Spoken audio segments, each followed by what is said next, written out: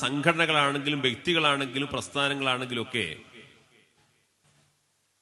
ഒരു ഭാഗത്ത് ബോധപൂർവം തെറ്റിദ്ധരിപ്പിക്കാൻ ഒരു വിഭാഗം ശ്രമിച്ചുകൊണ്ടിരിക്കുകയാണ്. അപ്പൊ വിശ്വാസികളുടെ ഭാഗത്ത് നമ്മൾ ചിന്തിക്കേണ്ടത്, ഞാൻ കാരണം, എന്റെ സമുദായം കാരണം എന്റെ മതം, എന്റെ ദീൻ തെറ്റിദ്ധരിക്കാൻ പാടില്ല. പരിശുദ്ധ ഇസ്ലാം മറ്റുള്ളവർക്ക് മുമ്പിൽ തെറ്റിദ്ധരിക്കാൻ അവസരമുണ്ടാകരുത്, അതിന് പഴുതു കൊടുക്കാൻ പാടില്ല. അതിനെന്തു വേണം?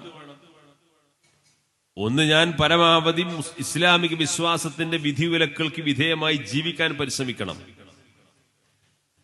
മറ്റൊന്ന്, എന്റെ പ്രവർത്തനത്തിലൂടെ എന്റെ മതം തെറ്റിദ്ധരിക്കാൻ പാടില്ല.